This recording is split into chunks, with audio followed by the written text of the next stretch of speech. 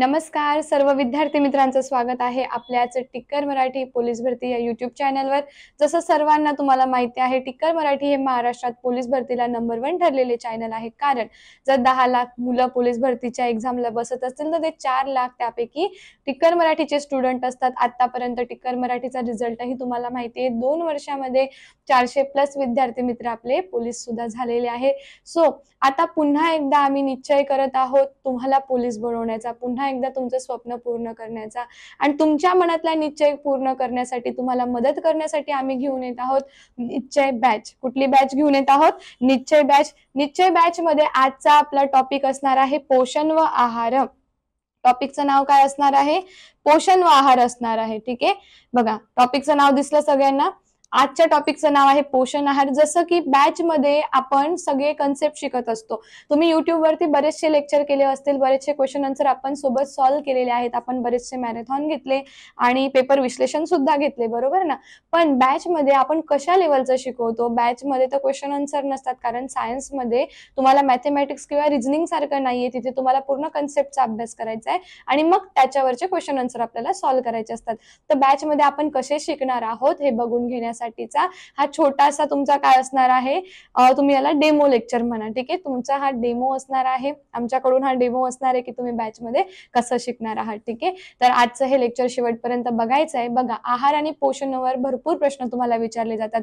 हाच टॉपिक निवडण्याचं पण कारण आहे, कारण तुम्हाला फक्त पोलीस भरतीमध्ये नव्हे तर तुम्हाला इतर सर्व भरतींमध्ये जिथेही तुम्हाला सामान्य विज्ञान आलं असेल तर तिथे तुम्हाला सर्वप्रथम पोषणासंबंधीचे प्रश्न विचारले जातात। ठीक आहे, तर सुरुवात करूया आपण आपल्या आजच्या या लेक्चरला। या लेक्चरच्या लिंकला जास्तीत जास्त शेअर करून घ्या आणि लेक्चरला शेवटपर्यंत बघा। ठीक आहे, तर बघा पोषण आहार काय असतं? आहारशास्त्र। तर आहारशास्त्र म्हणजे आपण जेही अन्न खात असतो ते आपल्याला पोषक असलं तर आपलं आयुष्य चांगलं राहणार आहे, आपण निरोगी राहणार आहोत। आपल्या शरीरामध्ये इंधनाचं कार्य आपला आहार करत असतं। जसं की बघा, मुलांना किंवा मुलींनाही आता गाडी खूप आवडते, गाडीची खूप क्रेज असते, बरोबर। मग ती गाडी व्यवस्थित चालावी, मग ती 2 व्हीलर असो किंवा 4 व्हीलर, तर आपल्याला दैनंदिन तिची निगा राखावी लागते, तिला डिझेल पेट्रोल वेळेवर भरावं लागतं, तेव्हाच ती चालू शकते, तिचं ऑइलिंग करावं लागतं, है ना, इंजिन सगळं व्यवस्थित आहे का बघावं लागतं। तर ह्या सगळ्या गोष्टी काय आहेत, तर त्या गाडीला दिलेलं पोषण, त्याच्यामुळेच तिची लाईफ जास्त असते। तसंच आपल्या शरीराचं सुद्धा आहे की आपण आपल्या शरीराला काय देत आहोत, आपण किती पोषक तत्वे खात आहोत, कारण आपलं शरीर तुम्ही खात असलेल्या पोषक तत्वावरच चालत आहे। ठीक आहे, बाकी दुसरं कुठलंच इंधन नाहीये। एनर्जी आपल्या शरीरामध्ये रोज आपण खाल्लेल्या अन्नाने काय होते, प्रोड्यूस होते, निर्माण होते आणि मग पुन्हा आपण ती काय करतो, ती पूर्ण एनर्जी आपल्या दैनंदिन कामामध्ये लावतो आणि आपले सगळे कामं पूर्ण करतो, बरोबर। मग पोषक द्रव्ये काय असतात? बघा, सजीवांच्या वाढीसाठी अत्यावश्यक असणारी आणि सजीवांच्या चयापचय क्रियेत भाग घेणारे अन्न घटक म्हणजे पोषक द्रव्य होय। ठीक आहे, जसं की मी तुम्हाला आत्ताच सांगितलंय ना। मग पोषक द्रव्यांना काय केलं गेलं, डिव्हाइड केलं गेलं। तर पोषण माहिती आहे आपल्याला, पण पोषक तत्वांना काय केलं, मग डिव्हाइड केलं, त्यांचं वर्गीकरण केलं। मग त्यांचं वर्गीकरण कशामध्ये केलं गेलं? एक होते कार्बनी पदार्थ, की ज्याच्यामध्ये कार्बनचं काय आढळणार आहे, आपल्याला थोड्या प्रमाणात प्रमाण आढळणार, म्हणजे असे काही घटक की ज्याच्यामध्ये कार्बन सुद्धा प्रेझेंट आहे। मग त्यांना कार्बनी पदार्थांमध्ये आपण काय केलं, क्लासिफाय केलं। आणि दुसरं अकार्बनी पदार्थ, ज्याच्यामध्ये आपले सगळे क्षार येतात, क्षार आणि पाणी, बरोबर। पाणी आपल्या शरीरात काय कार्य करत असतं? रोज किती ग्लास पाणी प्यावं? 8 ग्लास पाणी। किती?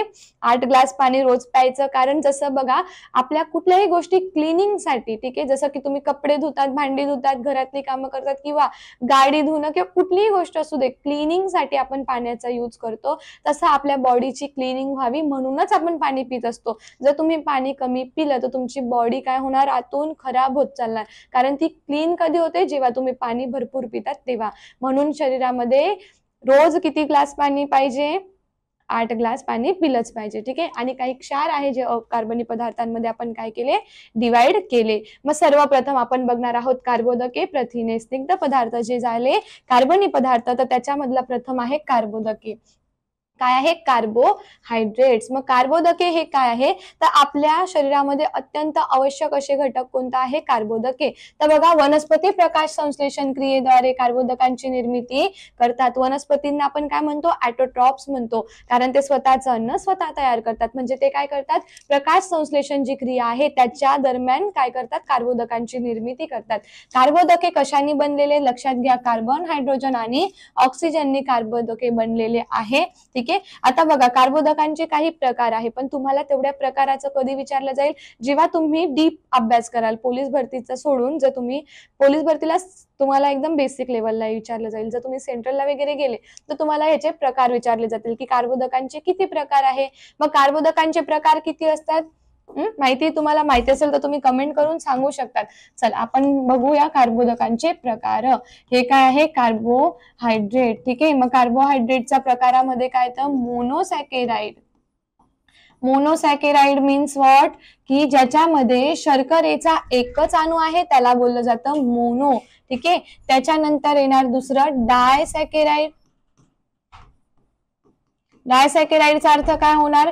शर्करेचे दोन अणू, त्याला काय बोललं जातं? डायसॅकेराइड. त्याच्यानंतर येणार पॉलीसॅकेराइड. पॉलीचा अर्थ काय होतो? पॉलीसॅकेराइड. पॉलीचा अर्थ काय होतो? की ज्याच्यामध्ये दोनापेक्षा जास्त, ठीक आहे, दोनापेक्षा जास्त शर्करेचे रेणू असतील त्यांना म्हटलं जातं पॉलीसॅकेराइड. ओके. हे काय झाले? कार्बोदकांचे प्रकार झाले. बरोबर. आता कार्बोदकांचे प्रकार बघितलं तर आपल्याला सगळ्यात जास्त जे माहिती आहे कार्बोदके ते कोणते येतात? ते मोनोसॅकेराइड मध्ये येतात. पहिलं येतं ग्लुकोज. माहिती आहे सर्वांना? आपल्या शरीरातली शर्करा कोणती आहे? ग्लुकोज. ग्लुकोज नंतर काय? फ्रुक्टोज. आता फ्रुक्टोज आणि ग्लुकोज याच्यामध्ये काय आहे? शर्करेचा एकच रेणू आहे. आणि तिसरा आहे याच्यामध्ये गॅलेक्टोज. काय आहे तिसरं? गॅलेक्टोज आहे. ठीक आहे. मग ग्लुकोज आपल्या शरीरातली शर्करा आहे, फ्रुक्टोज ही फळातली शर्करा आहे आणि गॅलेक्टोज ही निसर्गात मुक्तपणे सापडत नाही, ती द्विशर्करेमध्ये लॅक्टोजच्या स्वरूपामध्ये सापडते. आता हे झालं तुमचं मोनोसॅकेराइड, ज्याच्यामध्ये शर्करेचा काय होता? एकच अणू प्रेझेंट होता, त्याला काय म्हटलं आपण? मोनोसॅकेराइड म्हटलं. आता आपण काय बघणार आहोत? डायसॅकेराइड. डायसॅकेराइड म्हणजे काय? शर्करेचे दोन अणू प्रेझेंट असतील तर त्याला काय बोललं जातं? डायसॅकेराइड बोललं जातं. त्याच्यामध्ये पहिलं काय येणार तुमचं? माल्टोज. नंतर येणार सुक्रोज. आणि काय येणार तिसरं? सांगा सगळ्यांनी. माल्टोज येणार, सुक्रोज येणार आणि कुठलं येणार? अजून एक शर्करा आहे जी धान्य शर्करा आहे. प्रत्येकाने सांगण्याचा प्रयत्न करायचा आहे. प्रत्येकाने मला कमेंटद्वारे हे सांगायचंच आहे, म्हणजे मलाही कळेल की तुम्ही कितीपर्यंत लेक्चर बघितलेलं आहे. माल्टोज ही धान्य शर्करा आहे, सुक्रोज ही काय आहे? सांगा. एकदम सोपं आहे. इथे नाव जे द्विशर्करेमध्ये जातं ते आहे लॅक्टोज. काय आहे? लॅक्टोज. लॅक्टोज ही काय आहे? दूध शर्करा. लॅक्टोजला काय म्हटलं जातं? दूध शर्करा. दुधाला नॅचरल काय असतं? गोडवा असतो. मग दुधाला नॅचरल गोडवा असतो, तो कोणामुळे असतो? कारण त्याच्यामध्ये लॅक्टोज प्रेझेंट आहे, म्हणून त्याला नॅचरली तो कसा असतो? गोड असतो. दूध कसं असतं? नॅचरलीच गोड असतं. त्याला काय असतं? त्याच्यामध्ये दूध शर्करा असते, जिला आपण लॅक्टोज म्हणतो. आणि ही जी गॅलेक्टोज मी तुम्हाला सांगितली होती ती मुक्तपणे निसर्गात सापडत नाही. ती गॅलेक्टोज लॅक्टोजच्या स्वरूपामध्ये दुधामध्ये असते. ती तेव्हा डायसॅकेराइडचं रूप घेऊन दुधामध्ये जाते. ठीक आहे. त्याच्यानंतर आपलं तिसरं आहे काय? पॉलीसॅकेराइड. पॉलीसॅकेराइड म्हणजे ज्याच्यामध्ये शर्करेचे दोनापेक्षा जास्त अणू असतात त्यांना पॉलीसॅकेराइड म्हटलं जातं. हे बघा, हे फक्त तुमच्या नॉलेजसाठी आहे. तुम्हाला विचारलं जातील पोलीस भरतीमध्ये याच्यावर प्रश्न. दुसरं म्हणजे तुम्हाला दुधामधली शर्करा विचारलं जाईल आणि तिसरं म्हणजे तुम्हाला याच्यामध्ये असलेला ऍसिड विचारलं जाईल. तर दुधामध्ये कोणतं ऍसिड असतं सांगा मला? Lactic acid. कोणतं असतं? Lactic acid. सो हे सुद्धा लक्षात ठेवायचं आहे. ठीक आहे. मग पॉलीसॅकेराइड मध्ये येतं कायटीन. त्याच्यानंतर काय तर स्टार्च.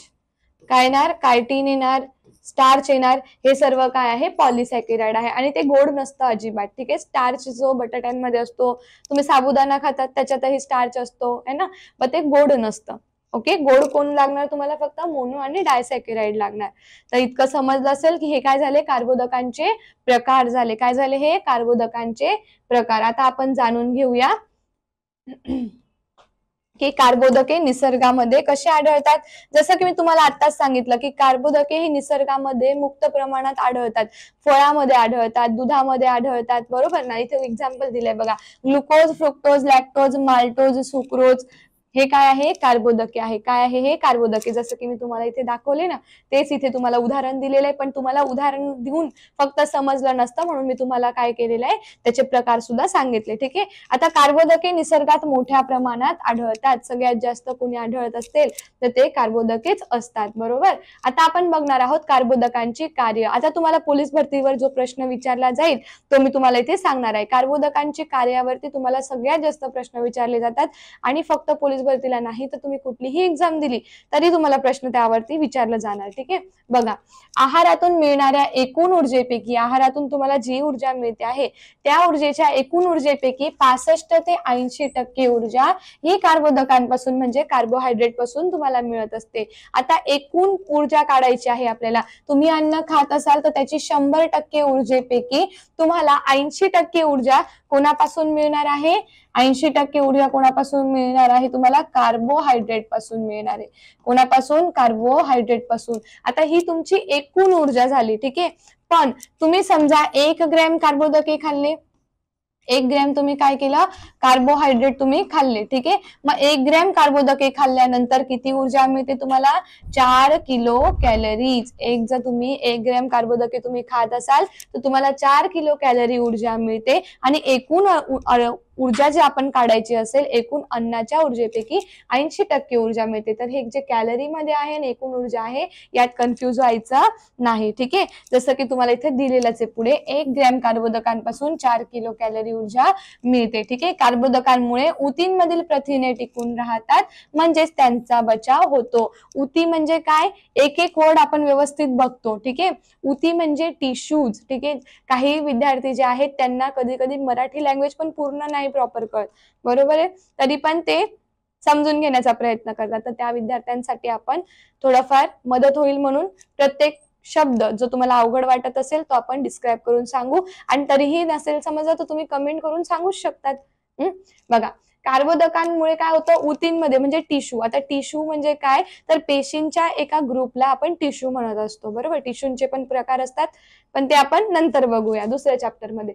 मग कार्बोदकांमुळे ऊतींमध्ये जे काही प्रथिने असतात ते टिकून राहायला मदत होते. आपल्यामध्ये जे प्रोटीन आहे, आपल्या ज्या जे टिश्यू आहे, आता समजा ही पेशी आहे एक, पण ह्या पेशींनी एक ग्रुप तयार केला की हे काय बनले, टिश्यू बनले. अशा टिश्यूंनी ग्रुप तयार केला तर काय बनले, अवयव बनले. अशा अवयवने ग्रुप तयार केला तर अवयव संस्था बनली आणि अवयव संस्थेने एक पूर्ण सजीव बनतो.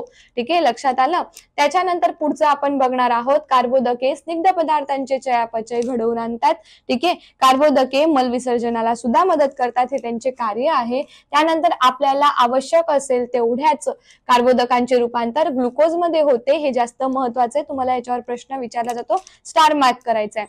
आणि बाकीच्या कार्बोदकांचे रूपांतर ग्लायकोजन मध्ये होऊन ते यकृतामध्ये साठवले जाते, म्हणून यकृताला ग्लुकोजचे कोठार असे म्हटले जाते. तर म्हणशाल मॅडम हे काय आहे, तर आम्हाला समजून सांगा. बघा, तुम्ही काय खाल्ले, हा पेन इथे दिसणार नाही आपला,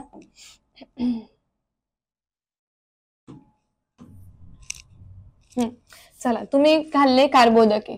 आता कार्बोहायड्रेट काय होते तुमचे, जटिल अन्न होतं. कार्बोदके काय होते तुमचे, जटिल अन्न होतं. आता जटिलचं पूर्ण आपल्या शरीरामध्ये पचन होत नाही. मग आता त्याचं पचन होत नाही, मग आता काय करायचं, तुम्ही चपाती खाल्ली, भाजी खाल्ली, यामधून तुम्हाला कार्बोदके मिळतात, पण आपल्या शरीरामध्ये ते तसेच्या तसे पचन कधीच होत नाही. मग आपल्या शरीराद्वारे त्याचं रूपांतर सिंपल शुगर मध्ये केलं जातं किंवा सिंपल रूप त्याचं केलं जातं. मग कार्बोदकांचं सिंपल रूप काय आहे, ग्लुकोज. काय आहे, कार्बोदकांचं सिंपल फॉर्म काय आहे, ग्लुकोज आहे, म्हणजे साधे रूप. आता पूर्ण ग्लुकोज, तुम्ही खूप ग्लुकोज घेतला, ठीक आहे, जसं तुम्ही सकाळी दुपारी रात्री जेवले त्यानंतर आधीमध्येही काहीतरी तुम्ही खात असले तर तेवढा ग्लुकोज तुमच्या शरीरात जमा झाला, पण तेवढ्या ग्लुकोजची तुम्हाला आता आवश्यकता नाहीये, बरोबर. मग काय झालं, याच्यातला अर्धा ग्लुकोज काय झाला, कुठे गेला, ब्लड मध्ये गेला. कुठे गेला, ब्लड मध्ये गेला. आणि ब्लड मध्ये गेल्यानंतर त्याच्याद्वारे काय तयार झाली, एनर्जी फॉर्म झाली, एनर्जी तयार झाली आणि पुन्हा आपण आपले पूर्ण रेग्युलेटिंग जे फंक्शन आहे आपले ते आपण करायला लागलो. त्याच्यानंतर हा जो अर्धा ग्लुकोज उरला होता तर ते काय केलं आपल्या शरीराने, या अर्ध्या ग्लुकोजला घेऊन ग्लायकोजनच्या स्वरूपामध्ये, हा ग्लुकोज होता पण त्याचं काय बनलं ग्लायकोजन, आणि ग्लायकोजनच्या स्वरूपामध्ये तो गेला लिव्हर मध्ये म्हणजे यकृतामध्ये गेला. मग जेव्हा कधी तुम्हाला उपाशी राहायची वेळ येते, जेव्हा तुम्ही खूप काळ गेल्यानंतर सुद्धा काही जेवण करत नाही आणि एनर्जीची आपल्याला कमतरता जाणवायला लागते, तेव्हा या यकृतमध्ये प्रेझेंट असलेला हा जो ग्लायकोजन आहे तोच पुन्हा ग्लुकोजचं रूप फॉर्म करून ब्लड मध्ये जाऊन एनर्जी प्रोड्यूस करतो. म्हणून आपण काय म्हणतो, यकृताला म्हणजे लिव्हरला ग्लुकोजचे कोठार हाऊस म्हणतो. जिथे जसं बघा आपल्याकडे बघा असे स्टोर हाऊस असतात जिथे आपण आपल्या सगळ्या गोष्टी स्टोर करून ठेवतो घरांमध्ये, धान्य असेल, डाळी असतील किंवा काही पालेभाज्या असतील तर आपण ते स्टोर करून ठेवतो ना फ्रीजमध्ये. पालेभाज्या स्टोर रूम मध्ये स्टोर होत नाही हा, ठीक आहे, फ्रीज मध्ये ठेवतो कारण कधीतरी आपल्याला नंतर ते कामात येतील. तसंच आपल्याला नंतर कामात येईल म्हणून यकृत सुद्धा ग्लायकोजनला स्टोर करून ठेवत असतं. समजतंय ना व्यवस्थित? प्रत्येकाला लेक्चर व्यवस्थित समजत आहे का? प्रत्येकाने कमेंट करून सांगायचंय. तुम्ही आपल्या जी लिंक आहे लेक्चरची जास्तीत जास्त शेअर करून घ्यायचंय, सेशनला प्रत्येकाने लाईक करून घ्यायचंय. ओके, त्याच्यानंतर बघणार आहोत आपण आपली बॅच म्हणजे निश्चय बॅच. जसं की मी तुम्हाला म्हटलं की ह्या वर्षी निश्चय पक्का, ह्या वर्षी वर्दी मिळवायची, आपल्या आईवडिलांचं स्वप्न पूर्ण करायची जबाबदारी आपलीच आहे आणि त्या स्वप्नपूर्तीसाठी टिक्कर मराठी प्लॅटफॉर्म नेहमी तुमच्या सोबत राहणार आहे आणि त्यासाठीच आम्ही घेऊन आलेलो आहोत निश्चय बॅच. तर निश्चय बॅच मध्ये तुम्हाला माहिती आहे दररोज तुम्हाला 4 तास लाईव्ह लेक्चर मिळणार आहे. तेच लेक्चर तुम्हाला 1 वर्षापर्यंत अमर्यादित वेळ बघता येणार आहे. जसं की तुम्हाला प्रत्येक विषयाचे डेमो लेक्चर मिळतच आहे की कशा पद्धतीने बॅच मध्ये तुम्हाला शिकवलं जाणार आहे. प्रत्येक टॉपिक पूर्ण व्यवस्थित तुम्हाला शिकवलं जाणार आहे. मग त्याला कितीही वेळ लागला तरी सुद्धा चालेल. तुमच्या एक एक मार्काचा इथे विचार केला जातो. दररोज 4 तास लाईव्ह लेक्चर मिळेल. 3 महिन्यांची आपली बॅच असते. परंतु कधीतरी जर आपण खूप डीप मध्ये गेलो किंवा मुलांच्या मागणीतून जर आपण जास्त वेळ घेतली बॅच तर तिचा कालावधी वाढूही शकतो. रेकॉर्डेड लेक्चर 1 वर्षापर्यंत अमर्यादित वेळ तुम्ही बघू शकतात. स्पेशल PYQ तुम्हाला अवेलेबल होऊन जातील 2-3 वर्षाचे. त्यानंतर दररोज टॉपिक नुसार तुम्हाला PDF ऍप मध्ये मिळणार. आता MCQ कोणाचे मिळणार? बुद्धिमत्ता, रिझनिंग त्यांचे काय असतात, त्यांचे क्वेश्चन असतात. आणि जसं की GK झालं, सामान्य विज्ञान, त्यानंतर मराठी, याचं तुम्हाला PDF मिळून जाणार. ओके, ई बुक मिळणार, 10 ई बुक मिळणार तुम्हाला. 5 विषय आहे म्हणून 10 ई बुक. प्रत्येक विषयाचे 2 ई बुक आपल्या बॅच मध्ये अवेलेबल आहे. एक सब्जेक्टिव्ह आहे, एक ऑब्जेक्टिव्ह आहे. म्हणजे जे तुमचा पुरेपूर व्यवस्थित अभ्यास व्हावा याची आम्ही पूर्ण तयारी केलेली आहे. फक्त आता तुमची तयारी हवी की तुम्हाला किती अभ्यास करायचा आहे. ठीक आहे, आम्ही मेहनत करायला तयार आहोत. तुम्ही तयार आहात का? तुम्हीही तयार राहा आणि मेहनत करायचं आहे. असे आपल्या बॅचचे भरपूर फीचर्स आहे. आणि सगळ्यात महत्वाचं आपल्या बॅच मध्ये डाऊट सेशन होतं जे तुम्हाला इतर कुठेही बघायला मिळणार नाही. आपली जी बॅच आहे ही म्हणूनच वेगळी आहे कारण आपण प्रत्येक मुलाचं डाऊट विचारात घेतो, लक्षात घेतो आणि त्यानंतर त्याला त्याचं सोल्युशन दिल्याशिवाय आपण पुढे जात नाही. मग बॅच मध्ये असलेला प्रत्येक मुलगा त्याचा प्रत्येक डाऊट, मुलगाच नाही मुलगी, ठीक आहे, प्रत्येक स्टुडंटचा डाऊट विचारला जातो आणि त्याचं निराकरण केलं जातं, त्याचं सोल्युशन दिलं जातं. ठीक आहे, त्याच्यानंतरचं डाऊट सेशन आपलं ऑडिओ व्हिज्युअल असतं. ठीक आहे, समजलं असेल तर लेक्चरला शेअर करून घ्यायचं आहे. तुम्हाला त्याच्यानंतर खूप सारे फीचर्स आहे. कोर्स संपल्यानंतर सुद्धा तुम्हाला 10 लाईव्ह मॉक टेस्ट दिल्या जाणार आहे. आणि ह्या बॅचला ऍडमिशन घेण्यासाठी, ठीक आहे, मूळ जी किंमत आहे आपल्या निश्चय बॅचची मूळ किंमत 2500 रुपये जरी असली तरी 20 तारखेपर्यंत, ठीक आहे, 20 तारखेपर्यंत तुम्हाला जर बॅच मध्ये ऍडमिशन घ्यायचं असेल, ही मी ऑफर सांगते तुम्हाला की आम्ही ऑफर आधीपासून सुरू केली होती. 20 पर्यंत आपली फी किती आहे? 800 रुपये. 25 पर्यंत तुम्ही ऍडमिशन घेत असाल तर आपली फी किती होती? 1000 रुपये. जर 31 पर्यंत तुम्ही ऍडमिशन घेणार तर आपली फी किती आहे? 1500 रुपये. म्हणजे तुम्हाला लास्ट फक्त 31 ऑक्टोबर आहे. 31 ऑक्टोबर पर्यंत आपल्या ह्या ऑफर ज्या मी इथे तुम्हाला सांगितल्या तेवढ्या तुम्हाला मिळतील. 31 ऑक्टोबर नंतर तुमची मूळ फी आहे 2500 रुपयात बॅच मिळणार आहे. ठीक आहे, म्हणून जास्तीत जास्त ऍडमिशन तुम्ही 31 पर्यंतच घेऊन टाकावे. ज्यांना वाटतंय की मला 1000 मध्येच मिळावं आता तरी पटकन, तर त्यांनी पटकन ऍडमिशन घेऊन टाकायचंय. ठीक आहे, चला आता आपण दुसरा पदार्थ बघणार आहोत प्रथिने. ठीक आहे, काय बघणार आहोत आपण दुसरा पदार्थ? प्रथिने म्हणजे प्रोटीन्स. प्रथिने ही अमिनो अम्लापासून बनलेली असतात. प्रोटीन जे आहे ते काय आहे? Protein is a long chain of amino acid असं आपण म्हणतो. याच्यासाठी आपल्या शरीरामध्ये 20 इसेन्शियल गरजेचे अमिनो ऍसिड असले तर आपले प्रोटीन तयार होतात. प्रोटीन कशापासून तयार होतात? कार्बन, हायड्रोजन आणि ऑक्सिजन पासून प्रोटीन तयार होतात. ठीक आहे, प्रथिने तयार होण्यासाठी आपल्या शरीरामध्ये अमिनो आम्लांची आवश्यकता असते. 20 अमिनो आम्लांची आवश्यकता असते. आता पोलीस भरतीला विचारलेले प्रश्न इथे पुढील प्रमाणे असणार आहे. स्टार मार्क करून ठेवा. प्रथिनांबद्दल विचारले जाणारे प्रश्न. 1 ग्रॅम प्रथिन जर तुम्ही खाल्ले तर तुम्हाला 4 किलो कॅलरी ऊर्जा मिळते. जसं कार्बोदकांबद्दल होतं, 1 ग्रॅम कार्बोदके खाल्ले तरी 4 किलो कॅलरीज ऊर्जा तुम्हाला मिळणार होती. आणि एकूण ऊर्जेपैकी 10%, ठीक आहे, 100% एकूण ऊर्जा होती अन्न पदार्थाची, त्यापैकी 10% ऊर्जा तुम्हाला मिळणार आहे प्रथिने खाऊन. ठीक आहे, 80% ऊर्जा मिळणार आहे तुम्हाला काय खाऊन? कार्बोदके खाऊन. ठीक आहे, लक्षात येत आहे? 1 ग्रॅम प्रथिने आणि 1 ग्रॅम कार्बोदके खाल्ले तर मिळणार 4 किलो कॅलरी ऊर्जा. दोघांची किती? 4 किलो कॅलरी ऊर्जा. लक्षात आलं आहे? आपल्या शरीरातील रोगाविरुद्ध कार्य करणारी प्रतिद्रव्ये म्हणजे अँटीबॉडी सुद्धा प्रथिनांचीच बनलेली आहे. अँटीबॉडी म्हणजे काय? प्रतिद्रव्ये. हे काय करतात? आपल्या शरीरामध्ये समजा एखादा व्हायरस आला, व्हायरसने प्रवेश केला तर आपल्या शरीरामध्ये या पेशी असतात, बीटा सेल आणि एक असतं T cell, T helper cell असते. ठीक आहे, तर ही जी सेल आहे ही इम्युन सिस्टीम सेल म्हणजे पेशी, हे रोगप्रतिकारक क्षमता यंत्रणा करण्याचं कार्य करत असतात. त्या येऊन याला बघतात, ते बोलतात की हा तर एक वेगळाच जीव दिसतोय जो आपल्या शरीरात तयार झालाय, आपल्या घरात आलेला आहे हा, मग याला किल कसं करायचं? मग हे काय करतात? याच्या विरोधात लगेच पुन्हा एक दुसरी अँटीबॉडी तयार करतात. त्याच्यासारखीच डिझाईन झालेली त्याला किल करण्यासाठीची अँटीबॉडी तयार होते. ती अँटीबॉडी त्याला काय मग करते? त्या व्हायरसला, त्या किटाणूला, त्या जीवाणूला मारून टाकते. मग ही अँटीबॉडी सुद्धा काय आहे? एक प्रकारचं प्रथिनच आहे. क्लिअर झालं? नंतर बघा, आपल्या शरीरातील विकरे आणि संप्रेरके. विकरे म्हणजे एन्झाईम्स, ठीक आहे, जे आपल्या शरीरामध्ये जैव रासायनिक प्रक्रियेचा रेट वाढवण्यासाठी वापरला जातो. जैव रासायनिक क्रिया म्हणजे काय? तुम्ही अन्न खात आहे तर ते पचन होत आहे ना, म्हणजे जैव रासायनिक क्रिया घडली. ठीक आहे, नंतर संप्रेरके म्हणजे काय?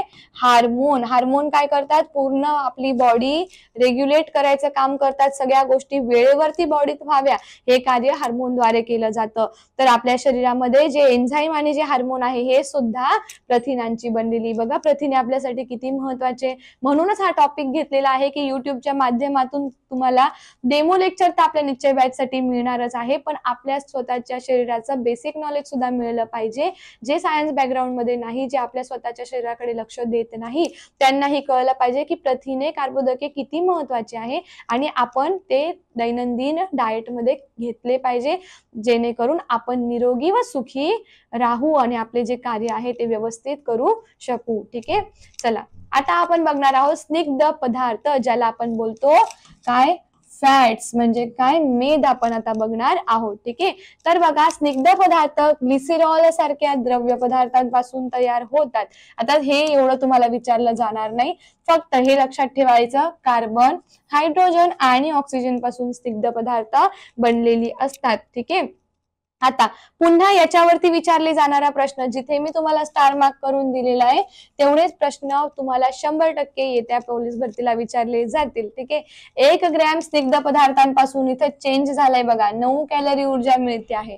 ठीक आहे, 1 ग्रॅम तुम्ही स्निग्ध पदार्थ म्हणजे फॅट खात आहात, ज्यामध्ये तुम्ही तुपाचाही समावेश करू शकता. तूप आवडतं तुम्हाला?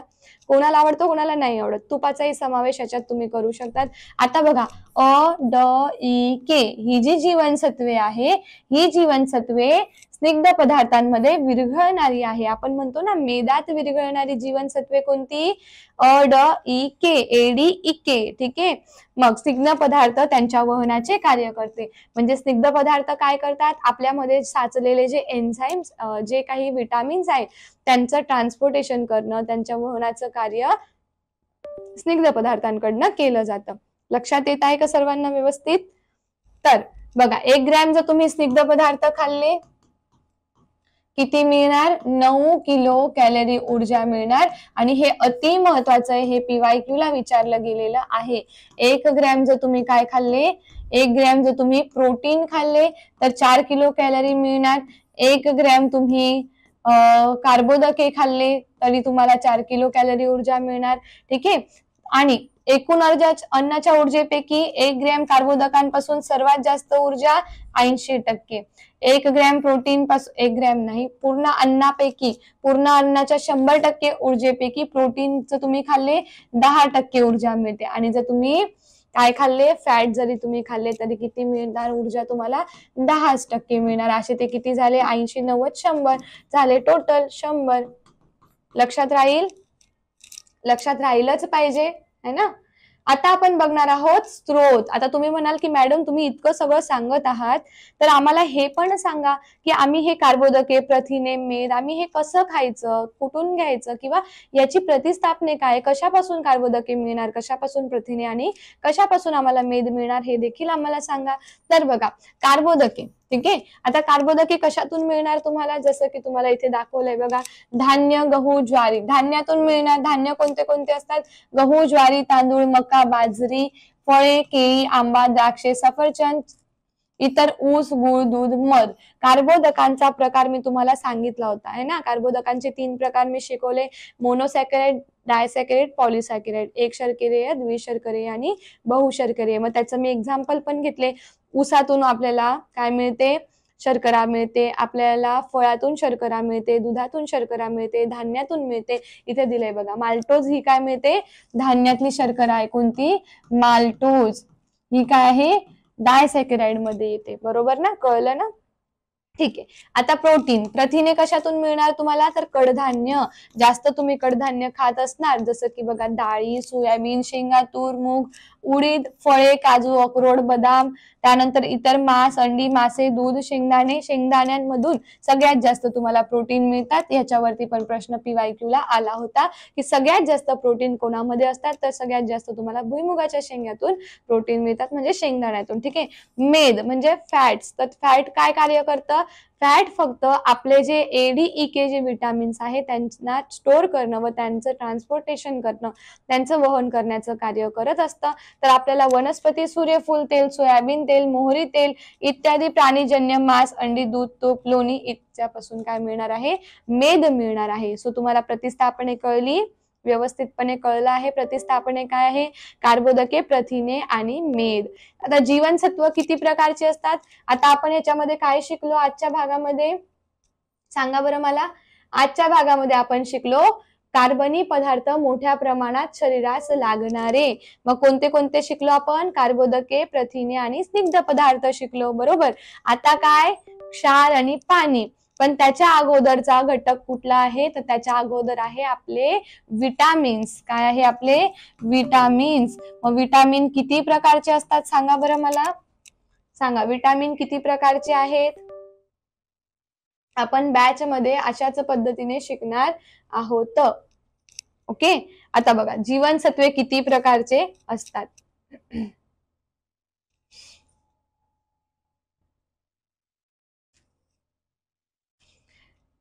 मेदात विरघळणारे वेगळे, पाण्यात विरघळणारे वेगळे, हे सुद्धा लक्षात ठेवायचंय. ओके. तर बघा, विटामिन किती प्रकारचे आहेत, तर ते आहे बघा ADEK, BC. ठीक आहे. आता मी हे वेगवेगळे लिहिले. का वेगळे लिहिले, कारण हे जे ADEK आहे, हे जे आहे ते आहे फॅट सोल्युबल. काय आहे ते, फॅट सोल्युबल. म्हणजे काय, मेदात विरघळतात. काय होतात, मेदात विरघळतात. बरोबर की नाही. आणि बी आणि सी हे काय आहे, वॉटर सोल्युबल. काय आहे तर ते, वॉटर सोल्युबल. म्हणजे कशात विरघळतात ते विरघळतात पाण्यात. ठीक आहे.